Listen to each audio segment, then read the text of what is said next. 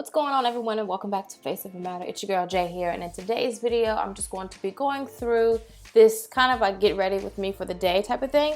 So as you can see, I've already prepped my skin, prepped my hair and everything. So first I'm going to go in with the Morphe 35O matte palette, and I'm going to be taking this light tannish shade, not the same like brownish caramely shade I usually use. This is more of like a peachy brown, and I'm using a Bdellium Tools 776 brush. You guys probably already know my makeup routine and probably every product that I own by now because I don't change them up. Next I'm going to be going into a trusty brown color from the same 35O matte palette. I'll have it up here somewhere on the screen for you guys. I have to record that afterwards because literally doing this voiceover I haven't recorded those yet, but I will show you. But I'm going to be putting that color into the crease area and kind of blending it up a little bit with the transition color, as you can see me doing here. And now I'm going to be going into a little bit more of a darker brown shade, as I'll show you, of course, and I'm going to be putting that one into the crease as well. I love doing these layer on layer of browns because I feel like it gives a really nice transition, a nice gradient effect as soon as, you know, like when you add your eyeshadows and things like that, especially if you want to add black, you always want to do these layers of transition.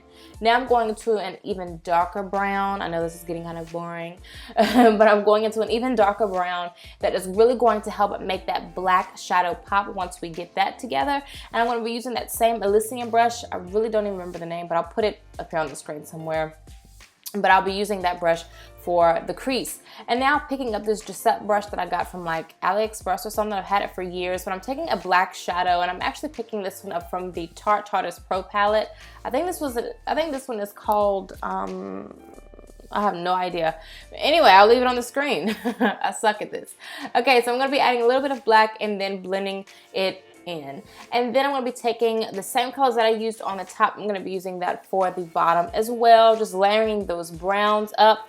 And then instead of taking well, I'm going to be doing another layer of dark brown, but instead of taking a full layer of black shadow, as you can see here, I'm taking an angled brush and I'm just going to be lining my underline area with this. Now, the only reason why I do this is because, of course, what?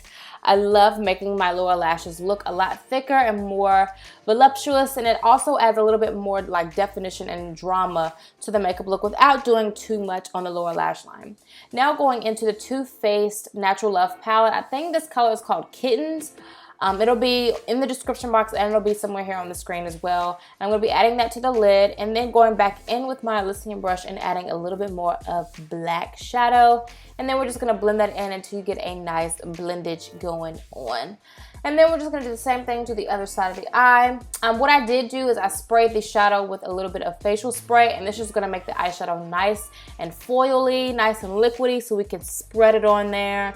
And yeah, it'll be really nice and pigmented. I feel like sometimes using foiled shadows dry really doesn't give it the full shebang that it's like meant to do. So I feel like adding a facial spray, adding water, or some kind of, you know, adhesive stickiness or something just to get it to pop will definitely get it to, you know, do the most. Basically, is what we want, right?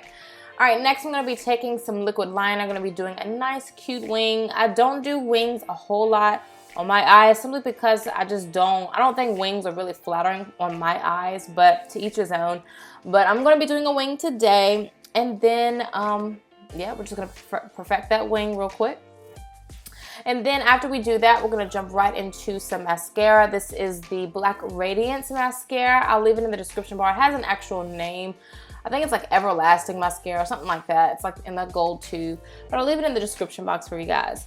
And next, taking my trusty NYX Jumbo Eye Pencil 604 Milk. Y'all know this is my thing. This is my ting. I love this stuff. It gives my eyes like this doll-like effect, which I personally like on myself. Since my eyes are already nice and big, I like to give them a little bit of an enhancement. And then I'm going to be using these Lucid lashes. I'll leave it down below in the description bar. I forgot the name of these, but these are from Lucid Lashes, and I'll leave them down below. And then taking a little bit more of bronzer and blush. The blush is, of course, Makeup Geek Summer Fling, of course. And now, new product alert. I'm going to be using this Mented brand made lipstick. They sent me a bunch, which I'll actually do a separate video.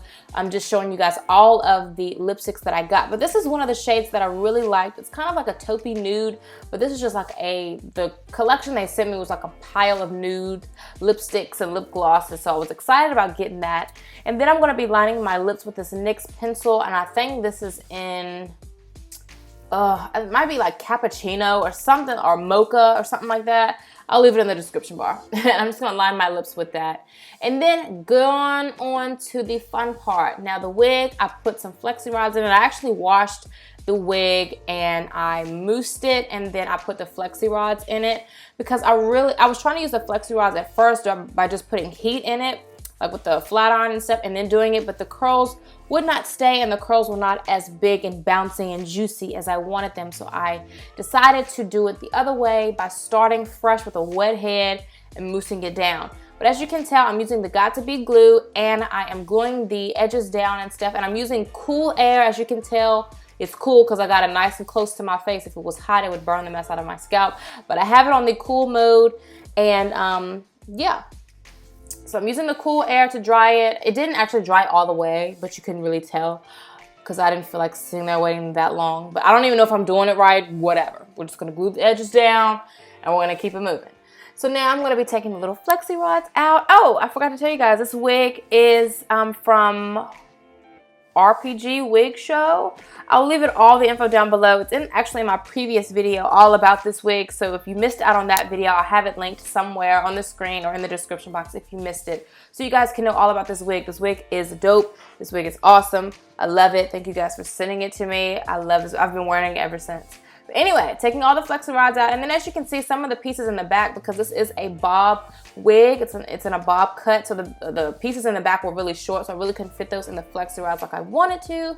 So I just left them out so they're straight, so I just ran the flat iron through them and curled them and bumped them up, made them all nice and cute in the back. Yeah. So after we get through with that, I'm just going to be running my fingers through it, pretty much pulling all of the curls out just so they can be really nice and big. It's going to give it some volume, going to give it a little bit of extra oomph rather than just, you know, spiraled curls just chilling. I really wanted them to be nice and big and bouncy and just have a, you know, some flavor to it. I really haven't rocked this hairstyle ever, so I've seen other people rock the hairstyle, so I really wanted it to look a certain way. So I was kind of fooling with the hair first, and as you can tell, I was kind of making it frizzy. And I was just kind of getting irritated up to this point. But yeah, I'm just going to be pulling them out until I get it to look exactly how I want. So as you can tell, it's looking pretty decent. Your left side, it's actually my right, but your left side, it looks kind of flatter on that side. I don't know what happened with the curls over there. It wasn't as curly towards the roots, but it was just going to be as good as it got. But that's pretty much it, guys. So hope you guys enjoyed this Get Ready With Me video. I know I probably talked you guys to death, but thank you guys so much for watching. Please subscribe if you have not already. And of course, God willing, I will definitely see y'all in my next video. Mwah!